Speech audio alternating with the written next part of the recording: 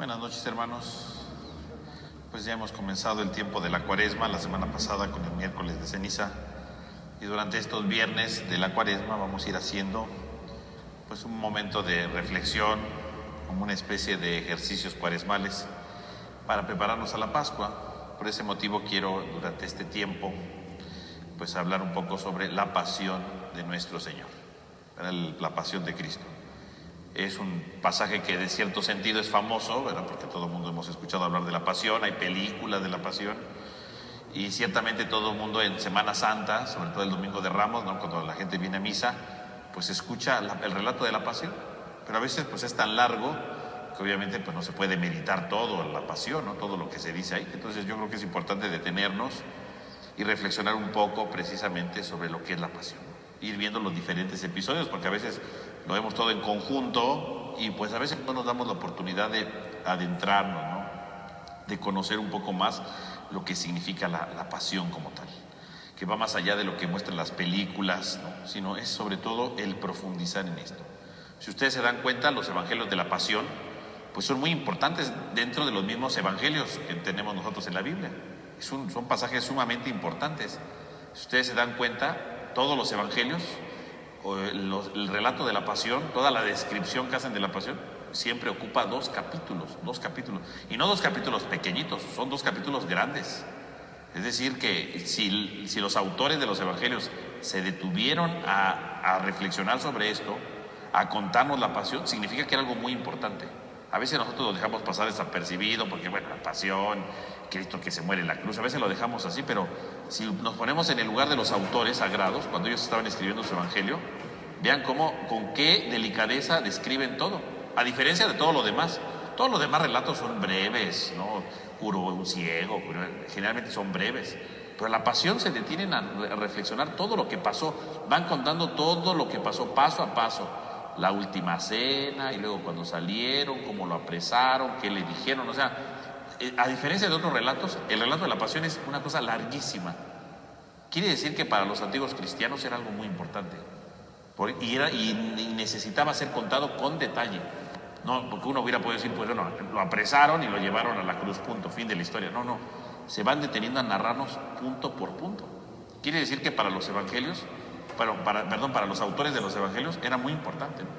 Es el relato más largo que existe en todo, ¿no? O sea, todos los demás relatos son más pequeñitos, ¿no? Ese es el relato más largo, ¿no? Contar todo con presteza, ¿no? Contar todo poco a poco, ¿no? Contar todo lentamente. Fíjense cómo para los autores entonces habla precisamente de la importancia que tienen el relato de la pasión, ¿no? Es algo muy importante. Incluso algunos han llegado a decir, algunos autores, que a lo mejor lo que ciertamente se empezó a escribir primero de los evangelios fue la pasión, y después todo lo demás, ¿no? Incluso algunos llegan a decir, lo importante es la pasión, todo lo demás es como una introducción. Claro, es muy exagerado decirlo, ¿no? Pero el relato de la pasión es algo muy importante. Fíjense cómo lo van relatando de manera gradual. No hay nada en los evangelios más detallado que la pasión. Quiere decir que entonces la pasión era muy importante, ¿no? Y por eso es tan largo, porque están todos los detalles de la pasión. Todo lo que pasó en la noche, cuando amaneció, qué le dijeron, cómo se lo dijeron, a dónde lo llevaron, qué le dijeron ahí, cómo lo iban llevando en la cruz, qué pasó en la cruz, todo, hasta que lo bajaron de la cruz, ¿no? Todo va detalladamente, ¿no? Todo va desarrollado de manera gradual y muy, muy fija. Por lo tanto, quiere decir que el relato de la pasión es algo muy importante, ¿no? Es algo central, que a veces pasa desapercibido, ¿no? Y como si el Domingo de Ramos lo escuchamos, ¿no? Y decimos, la pasión, pero pues nadie pone atención, ¿no? A veces pues uno está ahí parado escuchando la pasión, luego se cansa, ya no terminan de escucharla, y a veces ya no la volvemos a meditar, porque ya pasó eso. Luego el Viernes Santo se vuelve a leer, pero nadie lo medita, ¿no? Se pasa como desapercibido. Tal vez lo que sí más o menos se medita pues son las famosas 7 palabras, ¿no? Que son las 7 palabras de Jesús en la cruz, y que están distribuidas en los 4 evangelios, ¿no? Pero de ahí en fuera, todo lo demás no se reflexiona. A veces se pasa desapercibido y decimos, no, pues ya, qué pobre de nuestro Señor, ¿no? Y todo lo vemos como un relato, ¿verdad? Interesante, de tragedia porque muere Cristo, ¿no? Pero no nos damos la oportunidad de ver qué enseñanzas tiene de fondo. Por eso yo creo que para prepararnos a la Cuaresma podremos reflexionar la pasión, precisamente para conocer esto. Ahora bien, la pasión ciertamente es el momento de la pasión hasta la muerte de Cristo, con todo su dramatismo como tal. ver todo lo que se causó delante de él, porque hay muchos personajes, ¿no?, que son muy importantes, ¿no?, desde los que lo apresaron hasta los más significativos, ¿no?, Pedro con sus negaciones, Judas el traidor, ¿no?, a veces nos quedamos con ciertas ideas flotantes, pero en realidad todo tiene un valor de ser, ¿no?, una razón de ser. Por lo tanto, tenemos que detenernos en el valor de la pasión y ver precisamente todo el misterio que aborda la pasión, ¿no?, todo lo que hay detrás de eso, para profundizarlo, ¿no? Eso es muy importante verlo. Y ciertamente, todo llega a la resurrección. Hay personas que a veces sí, la resurrección es lo más importante, claro, la resurrección es lo más valioso, ¿no? Eso yo no lo voy a negar. Pero no por decir que la resurrección es lo más importante, la pasión la dejamos de lado. Hay personas que hoy día, ¿verdad?, exaltan tanto, Cristo resucitó, viva, ¿verdad?, y muy, muy bonito todo. Y entonces decimos, bueno, sí, Cristo murió en la cruz, sí, pero era el paso para llegar a la resurrección. Bueno, sí. Pero entonces, que entonces la pasión no sirve, ¿no? Porque la pasión, lo importante es la resurrección. Esa es una visión equivocada. Porque si los evangelistas, decíamos, se detuvieron a contarnos punto por punto a lo largo de 2 enormes capítulos, no puede ser que se pase desapercibido. Lo que importa es que Cristo resucitó. La pasión nos viene valiendo. No, esa es una visión equivocada.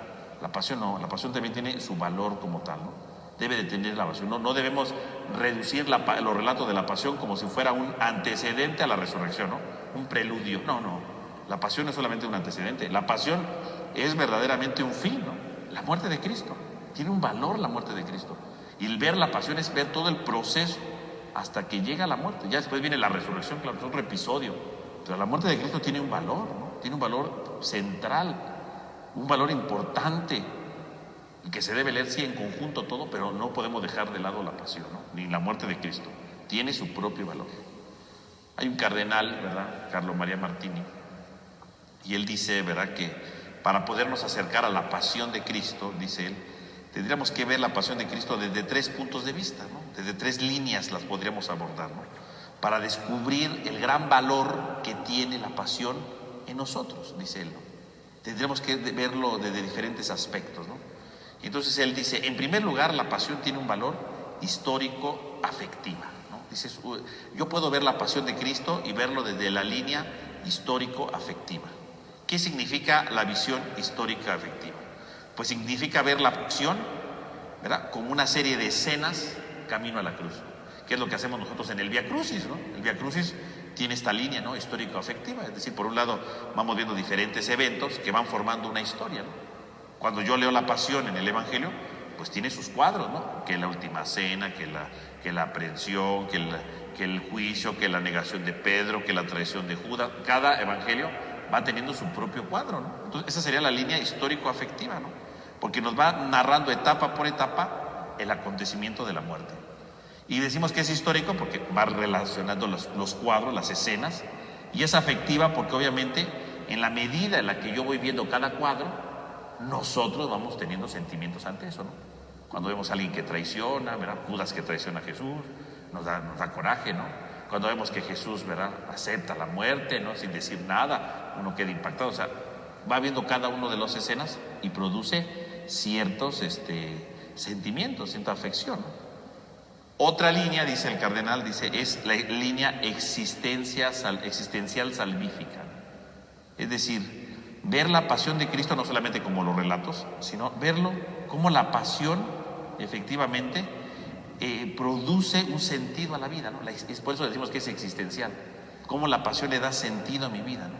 Cómo Cristo se está revelando, se está donando por amor, se está entregando totalmente, y ciertamente entonces produce, ¿verdad?, un sentido a mi vida. Quiere decir que entonces la línea existencial salvífica es ver cómo Cristo está muriendo, pero lo está haciendo por mí.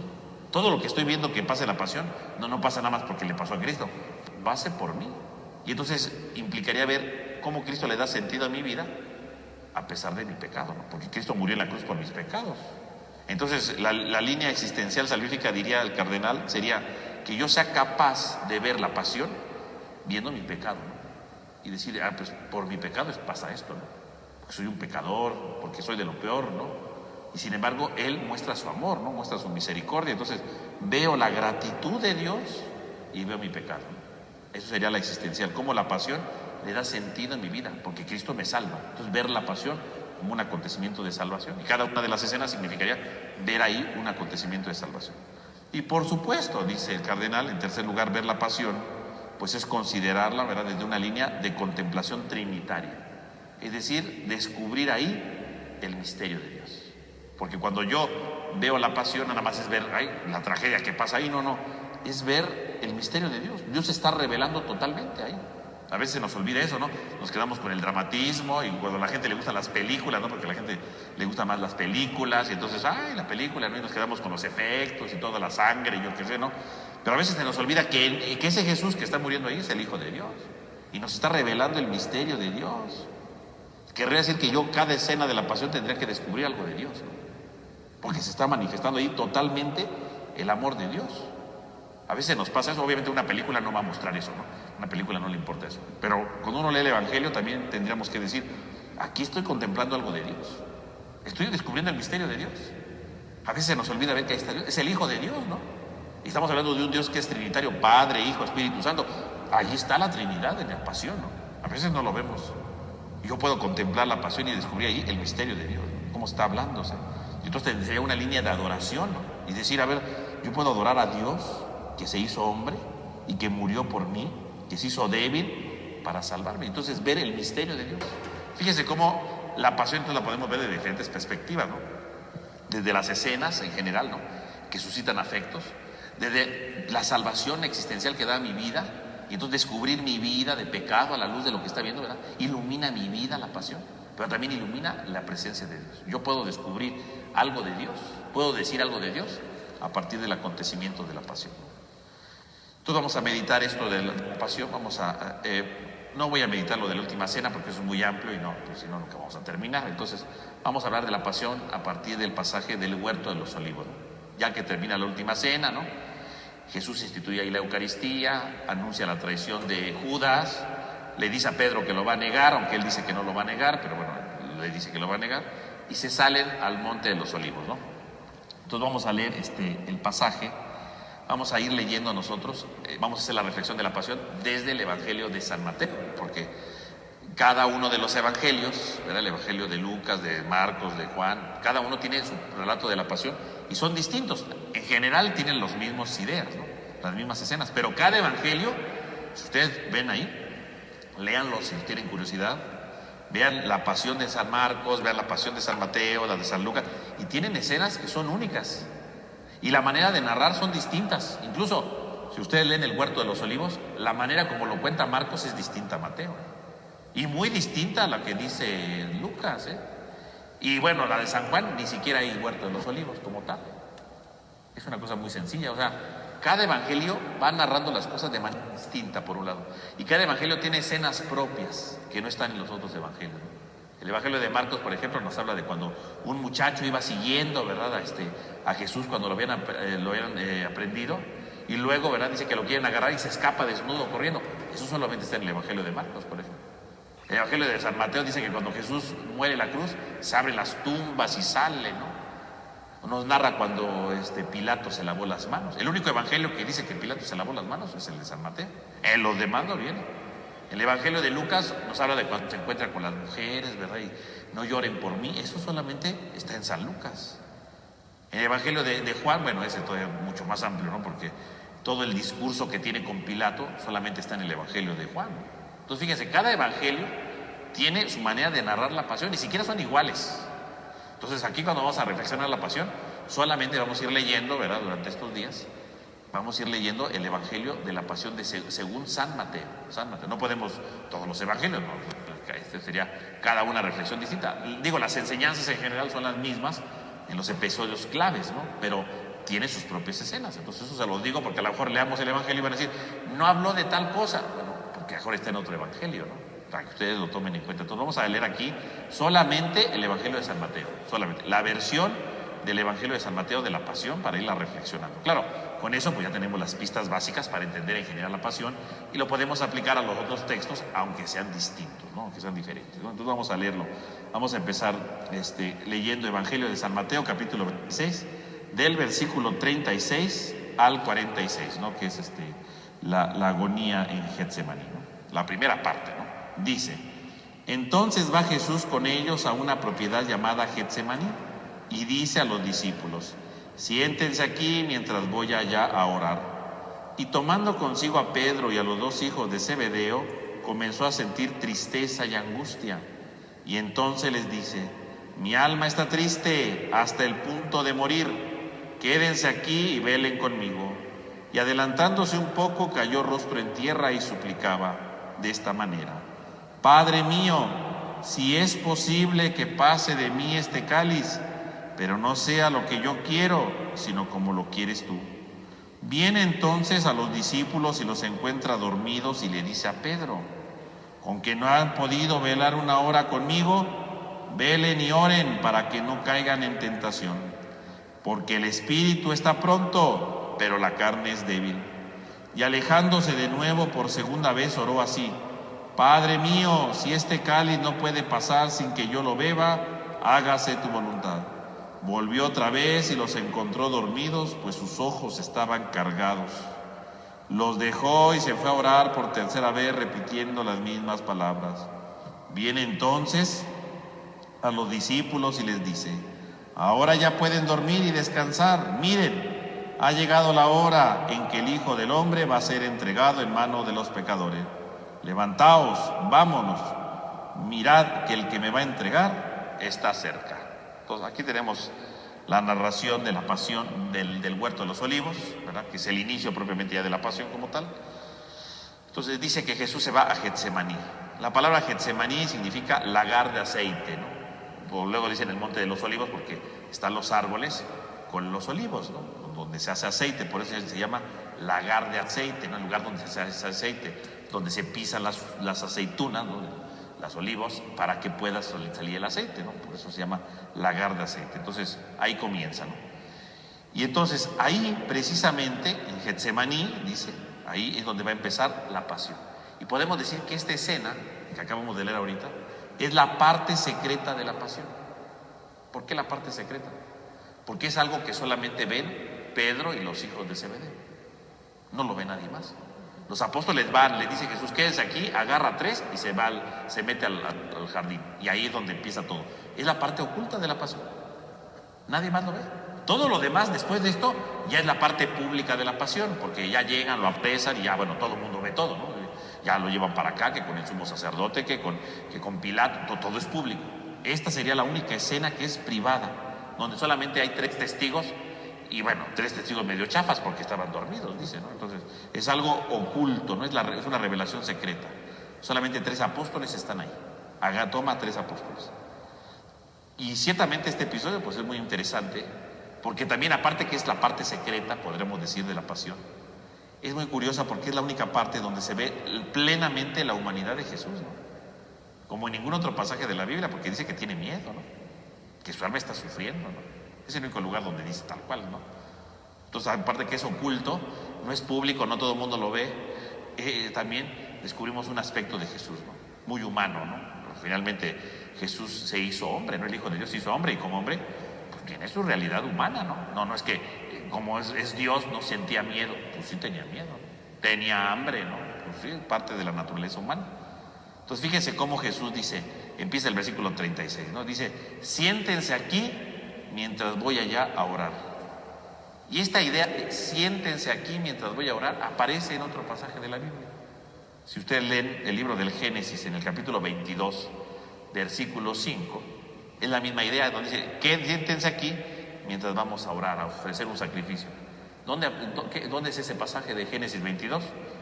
Cuando Abraham va a entregar a su hijo Isaac. Recuerden que Dios le dijo a Abraham, ¿verdad?, que le entregara a su único hijo el sacrificio, que por cierto es la primera lectura del domingo, ¿eh?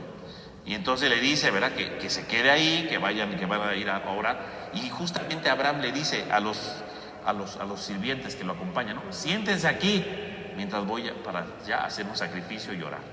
Es la misma escena, es lo mismo. ¿Y qué es lo que hizo Abraham? Le dijo a todos los siervos: siéntense aquí. ¿Por qué? Pues porque iban a sacrificar a su hijo, ¿no? Y es muy parecido, ¿no? Jesús le dice: siéntense aquí porque voy a orar, porque va a empezar el sacrificio de Jesús. Solo que a diferencia de Isaac se salvó, ¿verdad?, porque al final no lo sacrifican. Pero Jesús no se va a salvar. Jesús iba a morir en la cruz, ¿no? Aquí sí que está a punto de empezar el sacrificio.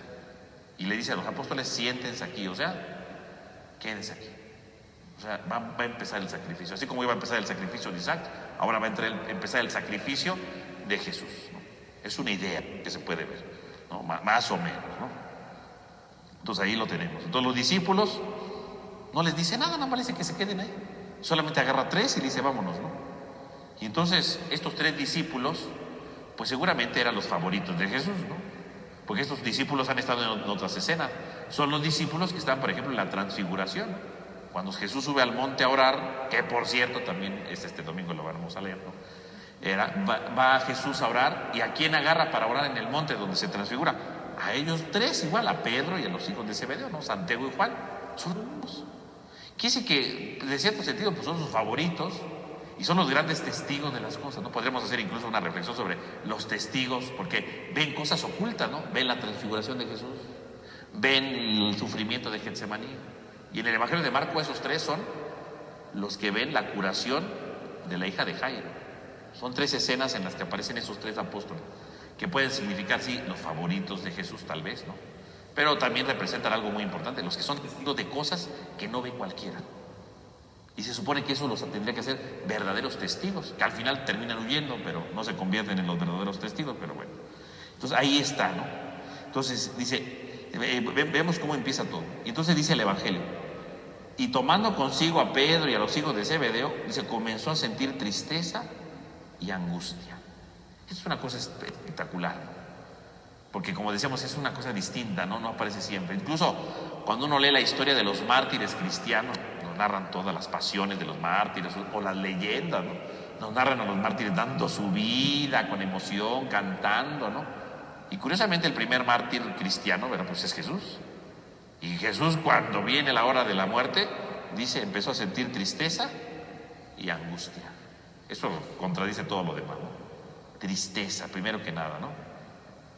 Tristeza, el verbo estar triste, entristecerse, ¿no? En griego lipeo, ¿verdad? Significa alguien que tiene una angustia ante el peligro, ¿no? A eso se refiere. No se refiere triste que esté llorando, no. Se refiere triste en el sentido de que siente angustia porque hay un peligro ya cercano, ¿no? Pues sí, está a punto de morir. Él sabe que ya no le queda poco de vida, ¿no? Y empieza a sentir una angustia tremenda, ¿no? Se empieza a entristecer, pero se pone triste, no porque esté llorando, le dio sentimiento, no. Se pone triste porque sabe que hay un peligro inminente, ¿no? O sea, se traduce como tristeza, pero no es la tristeza normal, sino es la tristeza de angustia, ¿no? Cuando alguien dice, no sé qué hacer, ¿no? Cuando alguien, por ejemplo, vamos a poner ejemplo extremo, ¿no? Una mamá que dijera, hoy no tengo para comer, dale de comer a mis hijos.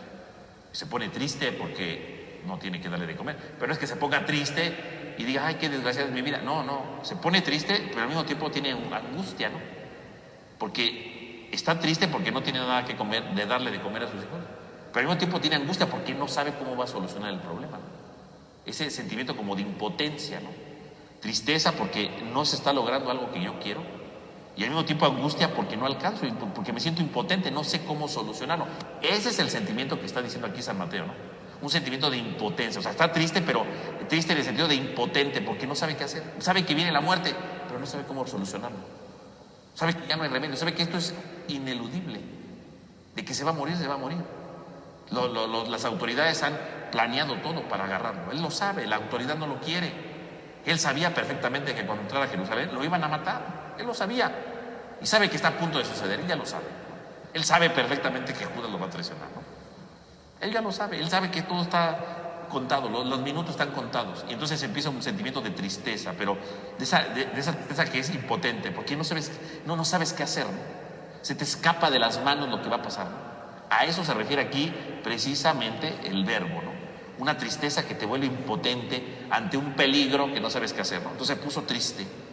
Y al mismo tiempo dice, con angustia, y la palabra aquí angustia, el verbo angustiarse, ¿no? En griego, ¿no? Ademoneo, es un verbo que se refiere no solamente a angustia de que esté preocupado, así, no, sino como inquieto, ¿no? Como a disgusto. Cuando dices, no me siento como satisfecho, ¿no? O sea, como diciendo, estoy haciendo esto, pero no me gusta, ¿no? O sea, hago esto porque me toca, pero no me siento contento. Me siento como que algo falta, ¿no? Y no sé qué hacer, ¿no? O sea, no me siento a gusto, ¿no? como que siento que algo falta, como que siento que algo necesito. Entonces me siento como inquieto, ¿no? Entonces es una angustia, pero una angustia porque me siento inquieto, no sé qué hacer, ¿no? Me siento como impotente también, ¿no? Entonces me siento inquieto, ¿qué voy a hacer? Entonces fíjense, son dos sentimientos que Jesús siente, que experimenta más bien, ¿no? Dos sentimientos, fíjense. Por un lado se entristece, sí, se siente impotente, se siente triste porque va a morir y se siente impotente porque no sabe qué va a hacer. Y al mismo tiempo se siente como inquieto, ¿no? A disgusto, insatisfecho, como que algo le falta, ¿no? Como si le faltara aire y dijera, no sé qué hacer, ¿no? Es un sentimiento de desesperación, ¿no? Jesús sabe que está a punto de morir, ¿no? Y empieza ese sentimiento, ¿no? Ahí está, el lado humano de Jesús delante de la muerte, ¿no? Es propio, ¿no? Lo describe muy bien, ¿no? Incluso San Marcos, usa un verbo más fuerte, ¿no? San Marcos se conmocionó, o sea, perdió piso, vaya.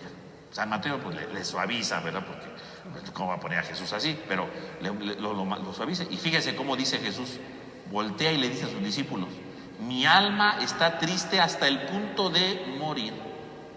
O sea, entonces llega el sentimiento de angustia, de impotencia, ¿verdad? De inquietud.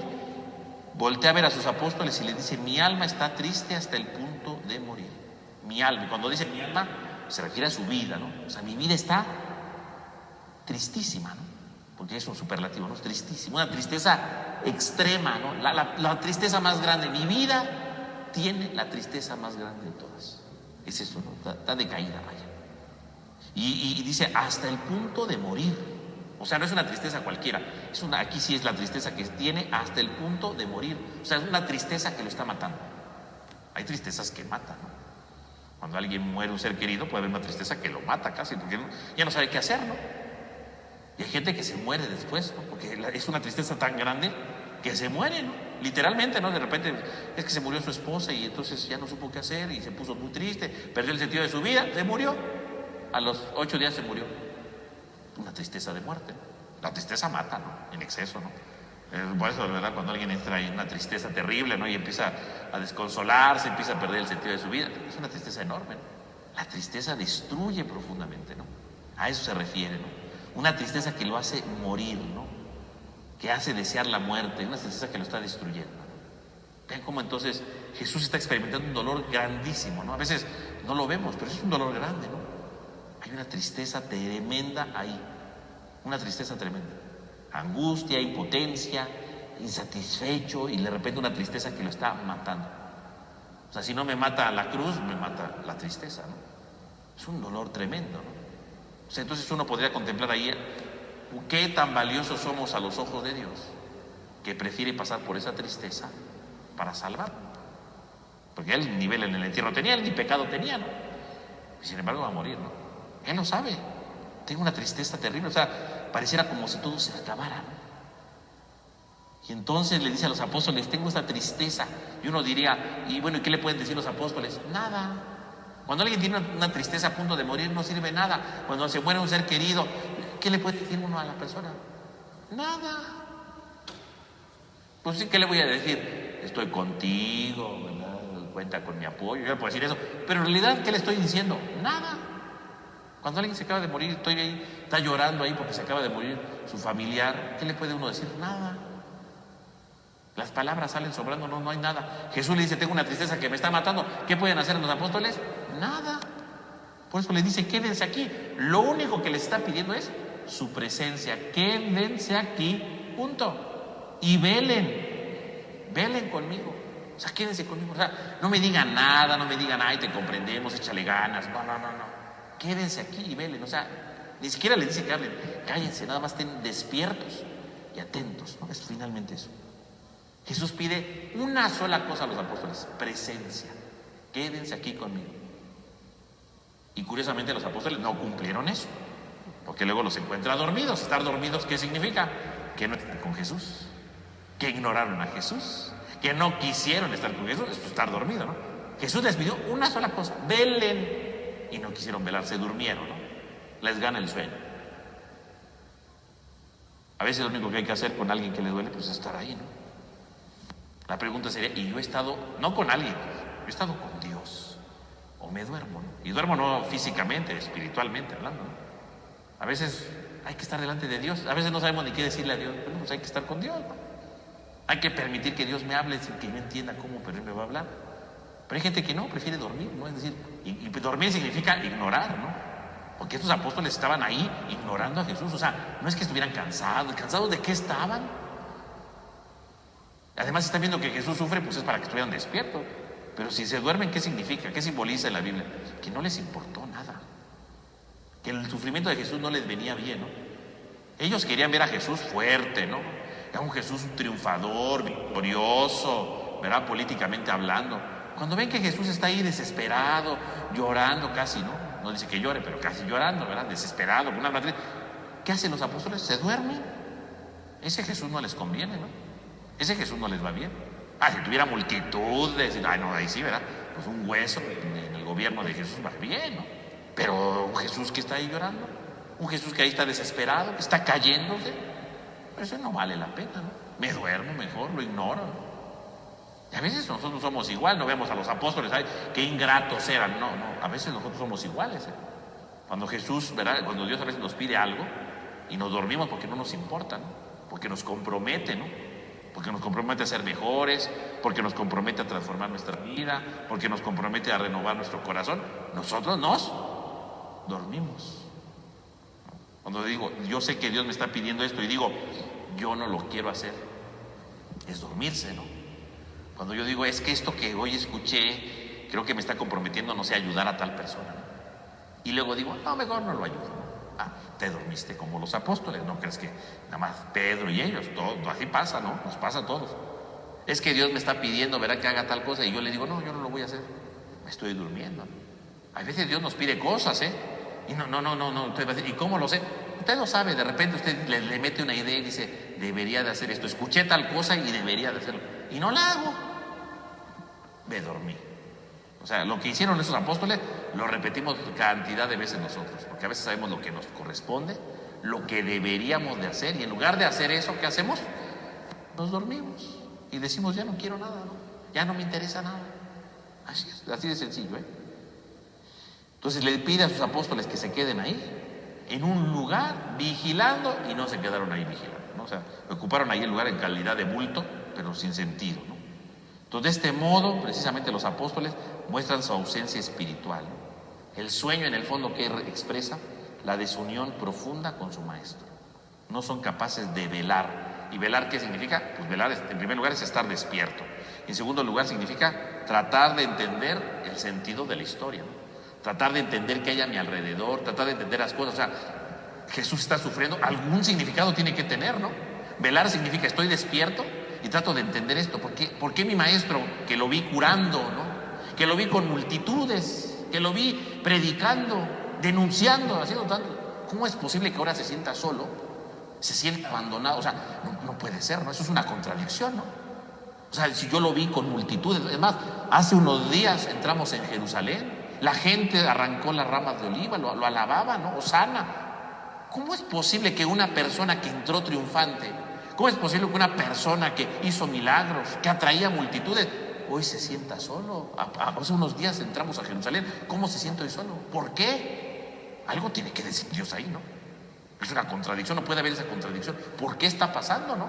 Los apóstoles ahí lo que tendrían que haber es despiertos y tratar de entender por qué está pasando eso. Pero no, ellos no quisieron entender, ellos mejor se durmieron, ¿no? Se durmieron, no quisieron saber nada. Y a veces nos pasa así también. A veces decimos, ¿por qué si yo estaba así, hoy me pasa esto? Y a veces nos dormimos, y nos dormimos en el conformismo, o nos dormimos en la negación, o nos dormimos en lo que quieran. Nos dormimos y ya no vemos nada. ¿Por qué? ¿Qué es lo que Dios quiere de mí, no? ¿Qué es lo que Dios está esperando? A ver, si yo hace una semana estaba bien, ahorita estoy mal. ¿Por qué de una semana para acá cambió todo, no? Algo pasa, ¿no? ¿Qué es lo que Dios me quiere decir? Cuando alguien se lo pregunta, es que estoy velando. Cuando yo digo, pues ya ni modo, o peor, ¿no? Dios me abandonó, Dios no me escucha, Dios no le intereso a Dios. Pues entonces usted está en el sueño absoluto, ¿no? Eso es dormirse. Dormirse significa no velar, no ver a Dios en mi vida, ¿no? Eso es dormirse. Y ahí se queda, ¿no? Dormido, ¿no? Y entonces Jesús dice, adelantándose un poco, cayó rostro en tierra, se cae. Y este caer rostro en tierra puede tener dos interpretaciones. Algunos dicen que cae el rostro en tierra porque es un signo de oración. Abraham, ¿no? En el capítulo 17 dice que cuando hace oración a Dios, se pone rostro en tierra, es una manera de orar. Entonces podríamos decir, Jesús cae rostro en tierra para orar. Esa es una interpretación. Pero también caer rostro en tierra significa derrota, ¿no? Alguien que se siente derrotado. Y si Jesús hace un momento nos dice que tiene angustia, hace un momento nos dice que tiene alma tristeza, y se cae, pues es un signo de derrota también, ¿no? Ahí está Jesús tirado. Se cayó una vez, ¿no? Dice el Evangelio de Mateo. Se cayó, ¿no? Tiempo pasado, ¿no? Absoluto. Se cayó totalmente, fulminantemente. Ahí se quedó tirado.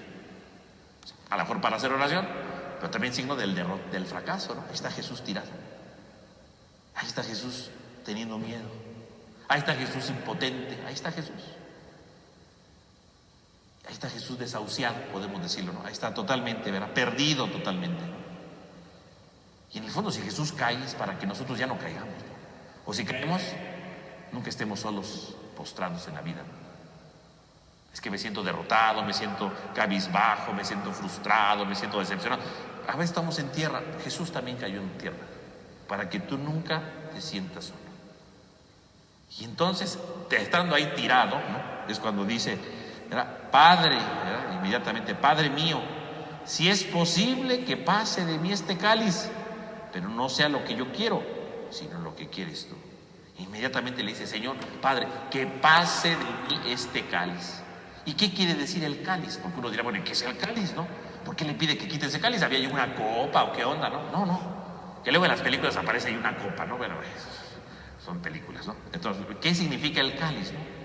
Porque ese cáliz le pide el Señor que se lo quite. Ese cáliz puede significar muchas cosas, ¿eh?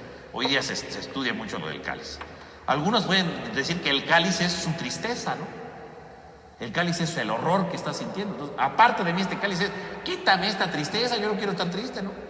No quiero que esta tristeza me esté matando, me esté haciendo agonizar. Quítame este cáliz, o sea, quítame esta tristeza, yo no quiero estar así, Señor. Quítame el cáliz. Entonces puede significar eso. Que Jesús que le está pidiendo a su Padre que le quite la tristeza. Otros dicen, ¿verdad?, que el cáliz puede remitir a la ira de Dios. La ira de Dios. El cáliz a veces representa la ira de Dios, ¿no? Y así lo vemos incluso en el Apocalipsis, ¿no? Las copas de la ira, ¿no? La ira de Dios. Entonces, aparte de mí, este cáliz es, quita tu ira de mí, ¿no? Porque la ira de Dios no va contra el hombre, sino va contra el pecado. Jesús va a morir por el pecado del hombre, entonces es, quita tu ira. Es decir, ¿yo por qué voy a morir por todo, no? Ni se van a dar cuenta, miren, dormidos. Quita de mí el cáliz, ¿por qué yo voy a sufrir por todo, no? O el cáliz puede significar simplemente la voluntad de Dios, ¿no? El proyecto de Dios, dar la vida, ¿no? Señor, ¿por qué tengo que dar la vida yo? ¿No? Quita el cáliz, o sea, en el fondo, ¿qué es quitar el cáliz? Pues quitar lo que le toca a Jesús, ¿no? Jesús no quiere morirse, en otras palabras, ¿no? Pero curiosamente al final, y esto es muy importante, porque si ustedes lo piensan, Jesús toda su vida, ¿no? Si nos centramos en la persona de Jesús, ¿verdad? Los evangelios, sobre todo el de Lucas, dice que Jesús hacía oración, ¿no? Jesús hacía oración. Entraba en contacto con su Padre. Y curiosamente aquí, cuando hace oración, el Padre no le contesta. Esa es una cosa horrible, ¿no? Porque entonces Jesús se dirige a su Padre y el Padre no le contesta. Silencio en el cielo. Jesús voltea a ver a sus apóstoles, están dormidos. Silencio en la tierra. Es el hombre más abandonado del mundo en ese momento, ¿no? Nadie le contesta, Dios no le contesta, no le contestan los apóstoles, nada. El hombre más abandonado de todos.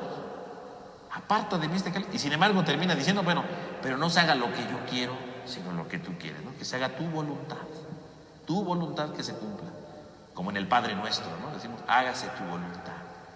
Finalmente lo que dice el Padre Nuestro en el fondo es el reflejo de lo que Jesús vive en Getsemaní. No se haga lo que yo quiero, sino tu voluntad, ¿no? Tu voluntad. Y tomar el cáliz es cumplir la voluntad del Padre, ¿no? Ahí está. Entonces Jesús termina su oración, se levanta, va a ver a los apóstoles, dormido. Y entonces le dice a Pedro, qué curioso, ¿no? Se dirige a Pedro, ¿no? Le dice a Pedro, ¿no? Inmediatamente, ¿no? Con que no han podido velar conmigo ni una hora. Y bueno, Pedro por un lado siempre, ¿verdad?, es el representante de los apóstoles. Pero también se lo dice a Pedro, porque si ustedes recuerdan, cuando están en la última cena de que lo van a traicionar, que le dice Pedro, yo nunca te voy a traicionar. Pues ya lo está traicionando, ¿no? Cuando más lo necesitaba despierto, está dormido. Eso es la traición. No esté usted esperando que Pedro lo va a traicionar cuando lo niegue 3 veces. Pedro lo está empezando a traicionar en ese momento. Lo está negando ahí. Si está dormido, ¿qué significa? Que no le importa a Jesús, ya lo está negando. Por supuesto que lo va a negar, pues ya estaba dormido, ¿no? Ya luego se va a querer hacer el valiente y va a seguirlo, y luego lo va a terminar negando, ¿no? Pero Pedro en ese momento lo está traicionando. O sea, no vemos la traición de Pedro hasta que lo niega. Y en el momento que está dormido, lo está negando. Bueno, es más, Pedro ni le contesta. No le dice Pedro, si Pedro le hubiera dicho, ay Señor, es que no dormimos bien, ¿verdad? Estamos desveladones, perdónanos. Bueno, todavía diría Jesús, bueno, pues ya, pobrecillos, ¿no? Tiene el sueño, pobrecitos, ¿no? Ya. Pero no le dice nada. ¿Y por qué no le dice nada? Porque no les interesa ver un Jesús fracasado. Un Jesús que tiene miedo, un Jesús que tiene... No, se duerme. Ahí empieza la traición. La traición de Pedro no empieza cuando llega ya, ¿verdad? La mujer que le dice, hey, tú eres uno de ellos. No, la traición de Pedro empieza aquí, cuando se duerme y no le dice nada a Jesús, ¿no? No le dice nada. Por lo menos si le hubiera dicho tengo sueño, ¿verdad? Una pestañita, yo qué sé, bueno, pues diría Jesús, bueno, la debilidad del hombre, ¿no? Pero no, nada. No hay nada, ni una palabra. No hay absolutamente nada. Entonces Jesús les dice, por favor, velen y hagan oración. O sea, ustedes están dormidos porque no descubren lo que Dios quiere decirles. Velen para que vean lo que Dios quiere decir. En este dolor, en este sufrimiento, velen, descubran lo que Dios les quiere decir. Y hagan oración, porque la única manera para velar es orando. Es la única manera. Si no haces oración no puedes velar. ¿Quieres descubrir qué es lo que Dios quiere en tu vida? Ora. La manera de velar está acompañado de la oración. No son separados. Velar significa entender la historia, pero Jesús da otra clave. Para entender la historia, para no dormirte, para no traicionar al Señor, haz oración. Entra en contacto con Él. Porque si no te duermes, y si te duermes, nunca descubrirás lo que Dios quiere. Te va para siempre la vida. El tiempo de Cuaresma tendría que ser un tiempo de velar, ¿no? ¿Qué es lo que Dios espera de mí? ¿Qué es lo que Dios necesita de mí? ¿Qué es lo que el Señor requiere de mí? Y estar, Señor, háblame, ¿no? No, pero en Cuaresma nos dormimos, ¿no? Ni nos importa lo que Dios quiere, ¿no? Pues por supuesto que no vamos a vivir nada. Y entonces de inmediato les dice, ¿no? Oren, ¿verdad? Porque dice, velen y oren para que no caigan en tentación, porque el espíritu está pronto, pero la carne es débil. Oren para que no caigan en la tentación, ¿no? La tentación. Y la tentación, ¿verdad? Decíamos el domingo pasado, ¿no? Decíamos en la homilía, la tentación es que sea buena o mala. La tentación te puede hacer buena, se hace buena cuando tú la superas porque te hace más fuerte espiritualmente. Pero la tentación te hace mal, ¿no? Cuando te caes en ella, ¿no? Y estos dormidotes están cayendo en la tentación. Están perdiendo todo, están destruyendo todo. Y entonces les dice esta frase curiosa, ¿no? Porque el espíritu está pronto, pero la carne es débil. Y entonces aquí nosotros vemos la contradicción, ¿verdad? O la contraposición más bien, entre lo que es el espíritu y la carne, ¿verdad? Dice, oren, ¿verdad? Porque el espíritu está pronto, pero la carne es débil. ¿A qué se refiere Jesús con esto?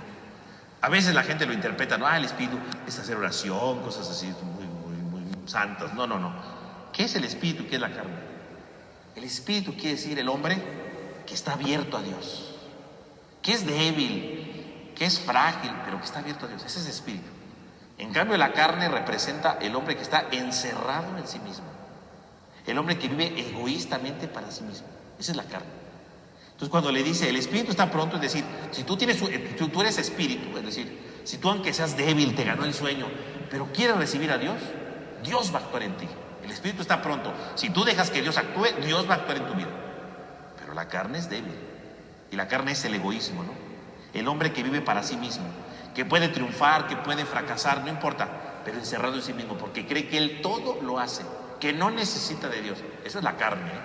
Porque a veces la carne nada mal, hay gente que lo interpreta, ¿verdad? Como los placeres de la vida. Eso es un aspecto mínimo. La carne es cuando tú eres una persona egoísta y que no necesitas a Dios. Eso es la carne. En este caso, ¿quién estaba ganando en los apóstoles? La carne. Porque como Jesús estaba viendo fracasado, mejor se durmieron, como diciendo, esto no nos interesa. Entonces tu egoísmo miserable, ¿no? Y entonces te dormiste porque no quieres ver la realidad, ¿no? No quieres dejar que Dios te hable en esta situación de dolor. Entonces te duermes, ¿no? Esa es la carne. Pero si tú despiertas y velas, el Espíritu actúa y te deja que tu vida sea con Dios.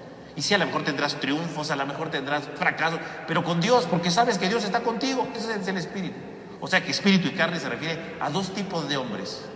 Espíritu es el hombre que deja que Dios entre en su vida, y carne es el hombre que dice, Dios no entre en mi vida, porque aquí el que aquí reina es mi egoísmo. Eso es la carne. Eso es la carne, es el espíritu. Y aquí entonces hay de dos: o yo soy un hombre de espíritu, es decir, lleno de Dios, transformado de Dios, o soy un hombre carnal, es decir, encerrado en mí mismo, en mi propio egoísmo, ¿no? En mi propia codicia, en mis propios logros, en mis propias capacidades, y que no necesito de Dios. Aunque vaya a misa, hay gente que puede venir a misa que es carnal, porque no deja que Dios actúe en su vida. Viene a misa porque le obliga, porque pues, ya se acostumbró, pero no viene porque deja que Dios actúe en su vida. Nunca lo ilumina. Siempre se mueve por sus propias ambiciones. Eso es carnal. El hombre de espíritu es el que se transforma y a pesar de su fragilidad sabe que Dios está con él y trata de que Dios lo ilumine. Eso es espíritu. Y Jesús lo que quiere es que ellos sean espíritu, no que sean carne, porque tus carnes se duermen. Tienen que estar despiertos y descubrir que aún en el dolor Dios habla. Dios no te deja. Ese es el espíritu. Dios no te deja. El carnal se va a dormir porque dice: esto no me interesa, no me va bien con mis conceptos, ¿no? Y entonces vean, Jesús dice que se va otra vez. Padre mío, si esta copa no puede pasar sin que yo lo haga, la beba, pero hágase tu voluntad. Por segunda vez Jesús le pide a su Padre que le quite ese cáliz, ¿no? Que se lo quite, pero pues bueno, pero que se haga tu voluntad. Y luego por tercera vez se va. Fíjese, 3 veces Jesús le ora a su Padre y 3 veces los ve dormidos. El número 3, que representa la perfección. Quiere decir que Jesús es el hombre de espíritu, ¿no? Totalmente abierto a su Padre. Tengo miedo de morir, no quiero, pero se va a hacer tu voluntad, porque yo sé, aunque tú no me contestes, yo sé que aquí estás conmigo. Espíritu, abierto a Dios.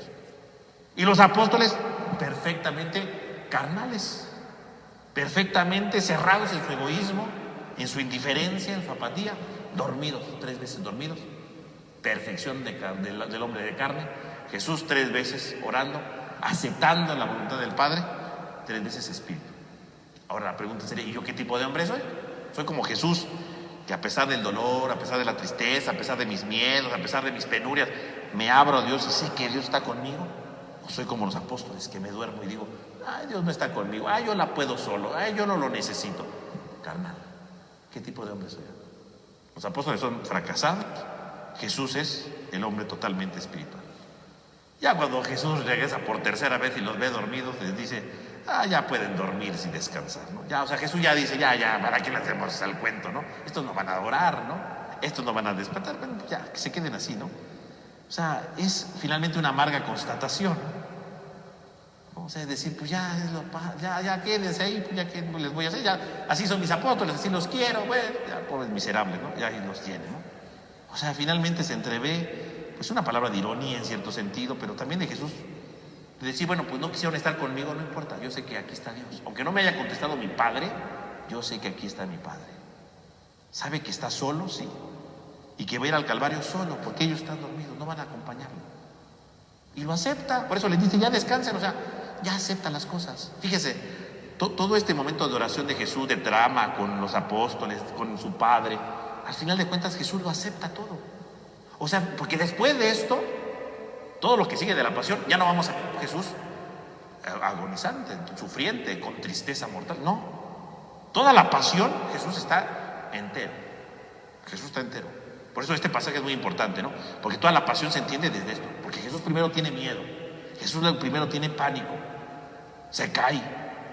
Pero toda la pasión, no vemos que Jesús está ahí llorando: ay, no, la cruz pesa, me raspa el filito. No dice nada. Al contrario, Jesús con entereza va caminando a la cruz. ¿Y por qué? ¿De dónde agarró esta fuerza? En el Monte de los Olivos, en el huerto. Ahí donde parecía el lugar más terrible, el lugar más agonizante, el lugar más desgarrador, ahí Jesús agarró fuerza para seguir adelante.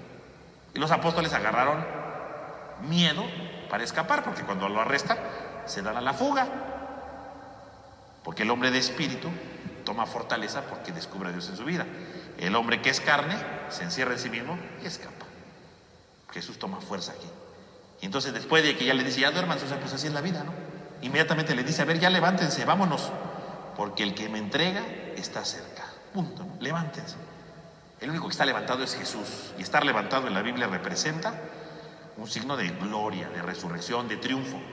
Quiere decir que lo vienen a apresar, pero él ya es un triunfador, porque va a ir a dar la vida sin miedo. Y los apóstoles no están de pie, porque ellos son los fracasados en este momento. Ya después se recompondrá la cosa, pero ahorita son los fracasados. Ellos no están de pie. Por eso le dice, levántese, como diciendo, pues ya ves que quieren hacer algo, ¿no? O sea, él está disponible, los apóstoles no. Y entonces el que me entrega está cerca. Y bueno, pues obviamente ya se está acabando el tiempo, entonces el que lo entrega pues vendrá la otra semana, una semana de retraso, pero la otra semana llegará el que está cerca, ¿no? Y entonces aquí le vamos a dejar por el día de hoy. Entonces esta semana pues yo les voy a pedir que en su oración tomen en cuenta este pasaje de Jesús, ¿no? Jesús que sentía esta tristeza mortal, Jesús que tenía este dolor, esta angustia, y que al final logra vencerlo, logra vencer a su padre, porque su padre no le contesta, ¿no? Y lo venció. Aunque no le conteste, él sabe que su padre está ahí. Y logra vencer a sus apóstoles dormidotes que nunca le hicieron caso. Los vence, ya duérmanse, o sea, no necesito, o sea, voy a salir adelante, porque yo sé que va a salir todo bien. Lo vence. Yo les invitaría a que ustedes en esta semana reflexionaran sobre algún acontecimiento difícil en su vida. Puede ser presente, alguna situación difícil, o puede ser en el pasado, porque a lo mejor en el pasado vivieron algún momento de amargura, a lo mejor en el pasado tuvieron alguna situación de tristeza, alguna cosa terrible que hayan vivido. Y reflexionen primero, mediten de ese dolor que sintieron y digan, a ver, yo estuve como Jesús en el huerto de los olivos, ¿no? Porque tuve una persona que estaba muy enferma, o tuve una persona, o yo mismo, ¿verdad? Estaba muy enfermo. Yo qué sé, un problemón que tuve tremendo y no tenía respuesta de nadie. Me sentí impotente como Jesús. Me sentí con tristeza de muerte como Jesús. A todos nos puede pasar algún día así. Y sentimos la impotencia, y sentimos la tristeza. Entonces habría que pensar, a ver, primero que nada, ¿cómo me sentí en ese momento? En segundo lugar, tendría que pensar, y bueno, ¿y dónde estaba Dios en ese momento? Porque a lo mejor ya viéndolo con el tiempo, vamos a descubrir que ahí estaba Dios. A veces en el momento no lo vemos, así como Jesús, su padre no le contestó, pero ahí estaba el Padre y lo venció. Ahí estaba Dios también. En ese momento de dolor que tuviste, ahí estaba Dios. ¿Cómo puedo reconocer? A ver, ahí ya con el paso del tiempo puedo decir, ¿y dónde estaba Dios? A lo mejor en ese momento no lo vi, pero ahí estaba Dios. Descubrir a Dios en ese momento. Dios no te dejó. Ahí estaba Dios. Y en segundo lugar, a los demás. A lo mejor los demás no me entendieron, a lo mejor los demás se burlaron de mí, a lo mejor los demás me dijeron, a lo mejor los demás. Y sin embargo, ver que yo puedo salir adelante sin esos que se burlaron, sin esos que me ignoraron. Vencerlos. Jesús no guardó rencor y le digo, bola de perezosos, hijos de tal cual, les pateó. No, ya duérmanse. O sea, si ustedes no quieren estar conmigo, los respeto.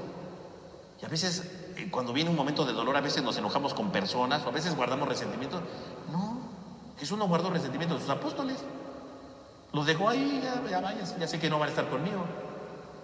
Yo creo que es momento de decir, a ver, estas personas no me ayudaron, pues hay que vencerlos, es decir, pues es su vida, pero yo tengo mi vida. Y ese dolor no puedo dejar que por esas personas crezca o me siga hiriendo. Jesús agarró fuerzas para seguir en la cruz, y nosotros tenemos que agarrar también fuerza y no vivir pensando, es que Dios se olvidó de mí ese día, es que mis amigos, es que mi familia. No, a ver, vénselo y seguir adelante. Cargar con la cruz significa, en este sentido, tomar la fuerza, ser espiritual, saber que Dios está ahí y saber que hay personas que a lo mejor no me ayudaron, pero no importa, porque yo no dependo de los demás, yo dependo de Dios. Y vencer a Dios en el sentido de descubrirlo, cómo estaba en mi vida, y vencer a los demás dejándolos al lado y sabiendo que ellos tienen su vida y que yo estoy conmigo. Eso es lo importante. No guardar rencores, no dejar que ese dolor me siga lastimando, sino seguir adelante. Y si ahorita estoy pasando por un momento dificilísimo, pues hay que también entonces decir, a ver, ¿dónde está Dios ahorita? Y si hay gente que no me comprende, vénselos, no guardes rencores, no digas que por qué no me ayudan, por qué no pasa nada. Descubre que Dios está contigo y descubre que hay signos con los que Dios te está ayudando para seguir adelante, como Jesús los descubrió, para cargar con la cruz. Entonces ese sería nuestro ejercicio de oración para esta semana, ¿verdad? Vayan haciendo a lo largo de toda la semana, ¿verdad, Jorge? Un día no se puede todo, vayan organizando las cosas, pero logren vencerlo para que descubran a Dios y vean cómo salieron adelante, porque de verdad Dios está con ustedes. O bien, lo estoy venciendo y lo puedo vencer porque Dios está conmigo. Entonces vamos a terminar con una oración. En el nombre del Padre, del Hijo, del Espíritu Santo. Amén. Te damos gracias, Señor, porque nos has dejado reunirnos en esta noche. Te pedimos para que nos ilumines, nos ayudes a reconocer que sí, en la vida hay dolores, hay sufrimientos, hay miedos, como tú los sentiste en el huerto de los olivos. Pero ayúdanos también, Señor, a vencerlos y a seguir adelante, porque tú estás siempre con nosotros, independientemente de las cosas y las adversidades que vivamos. Te pedimos que nos ayudes en todo momento. En el nombre del Padre, del Hijo y del Espíritu Santo. Amén. Amén. Pues que tengan todos una buena noche. Nos vemos la otra semana. Y un aviso que se me había olvidado, porque si no luego se me olvida. Estamos teniendo nuestras pláticas cuaresmales, pero también vamos a tener nuestro retiro de Cuaresma, ¿verdad? Vamos a tener el sábado 13. Sábado 13, aparte de estas pláticas de Cuaresma, vamos a hacer un pequeño retiro, ¿verdad? Una pequeña reflexión por la mañana del sábado 13, pues para también seguirnos preparando en este tiempo, ¿no? Para que también lo tomen en cuenta, aparte en su momento de mañana, ¿verdad? Va a ser un ratito, para que también junto con estas pláticas, también ese sábado tengamos otros elementos para podernos preparar a la Pascua. Que tengan todos una buena noche.